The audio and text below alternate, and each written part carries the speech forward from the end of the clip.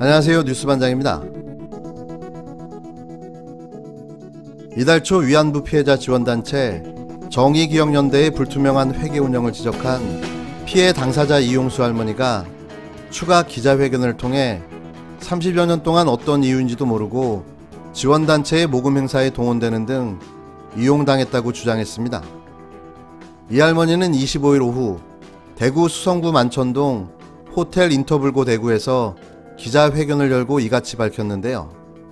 이날 이 할머니는 일제강점기 당시 정신대와 위안부의 역할과 상황이 달랐지만 한국정신대 문제대책협의회, 약칭 정대협과 정신대 할머니와 함께하는 시민 모임 등의 지원단체가 이를 분류하지 않고 혼동하고 활동해 위안부 문제가 해결되지 않고 있다고 말했습니다. 이 할머니는 위안부하고 정신대하고 어떻게 갔습니까? 위안부는 생명을 걸어놓고 거기 가서 죽은 사람도 많다라며 정대협이 위안부 문제를 하는데 거기에 해당하지도 않았는데 뭐하러 그런 사람들이 사죄하고 배상하겠습니까? 라고 덧붙였는데요.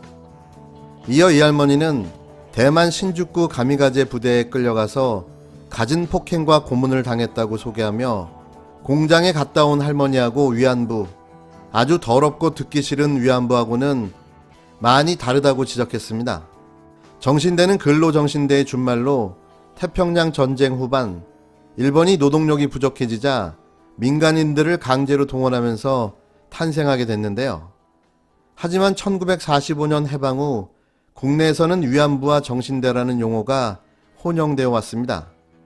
실제 위안부 문제 해결 운동 초기에는 국내의 정신대를 위안부로 인식하는 사람들이 많았는데요. 이 때문에 초기 생겨난 단체들의 이름에는 정신대라는 명칭이 들어갔습니다. 이걸 왜 그런지 누구한테라도 말할 수 없어집니다. 그러면 정신대 대책협의회라면 이걸 밝혀줘야 안 됩니까? 할머니 어디 갔다 왔습니까?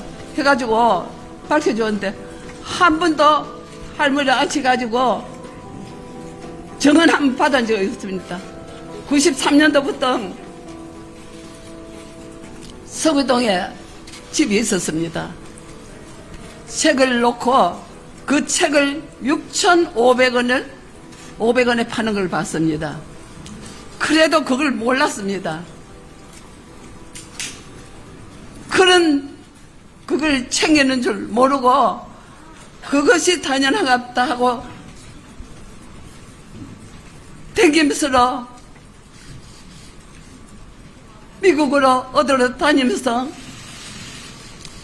제가 제일이라고 생각하고 정언도 하고 또 정신대 대책협의회 박물관을 짓는 때 서대문 행호 써서 짓는다고 했습니다.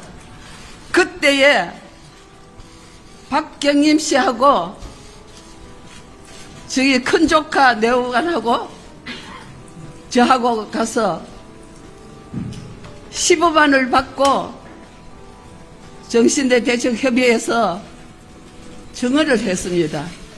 대표로 소리 하지 마라. 창피하다.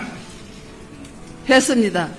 그러면 대표 소리는 안 해도 대표 대원을 해줘야 될 거 아닙니까? 3월 30일 날 제가 전화를 했습니다.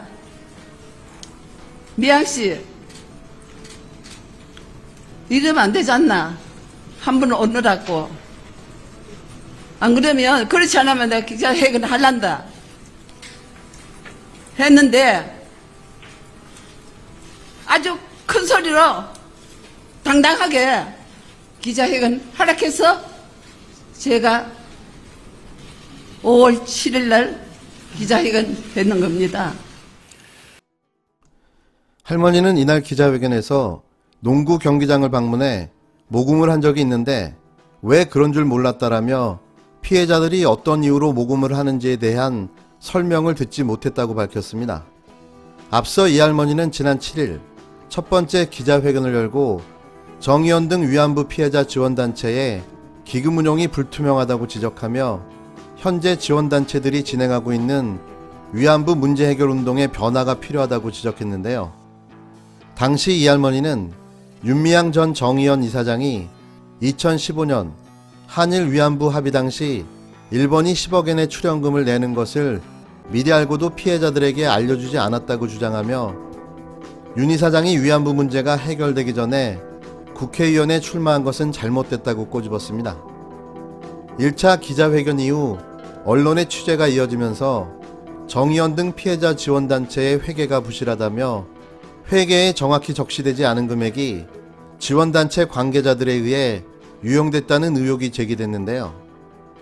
이날 추가 기자회견에서 이 할머니는 언론을 통해 드러난 지원단체의 부정 의혹에 대해서는 검찰에서 할 일이라고 생각한다며 법적인 판단을 받아 처벌해야 한다고 밝혔습니다. 아울러 윤 전 이사장의 거취에 대한 의견을 묻는 질문에 이 할머니는 그건 제가 할 이야기가 아니라고 생각한다라며 그 사람은 자기 맘대로 했으니까 사퇴를 하든지 말든지 그건 말 안 하겠다고 답했는데요. 이 할머니는 이날 기자회견에 앞서 19일 윤 전 이사장과 만났다며 윤 전 이사장이 이날 할머니에게 사과했다는 사실이 알려지면서 양측이 화해했다는 일부 언론 보도들이 나왔습니다.